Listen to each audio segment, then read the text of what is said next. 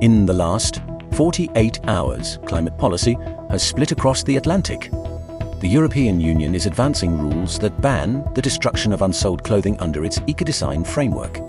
At the same time, the US EPA is facing lawsuits after moves to roll back the 2009 Endangerment Finding, the legal basis for regulating greenhouse gases. One block is expanding climate regulation.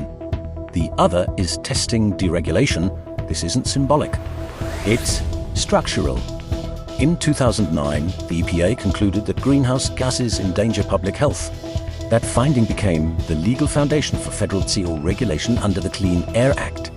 This week, environmental groups filed suit after efforts to weaken or reconsider that finding. Why does that matter?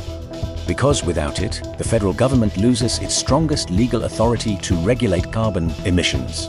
Supporters, including major manufacturing lobbies and the current administration, argue this reduces regulatory burden, citing potential savings of up to $1.3 trillion and lower vehicle prices. Critics argue it removes guardrails on long-term climate risk. This is a debate over economic philosophy. Cost reduction versus risk regulation. While the US debates weakening carbon authority, the EU is doing the opposite. It's tightening rules, banning the destruction of unsold goods and forcing companies to absorb lifecycle costs. One side lowers regulatory pressure, the other increases it. That's the split. For global companies, this is where it gets interesting. Do you design products for the least regulated market?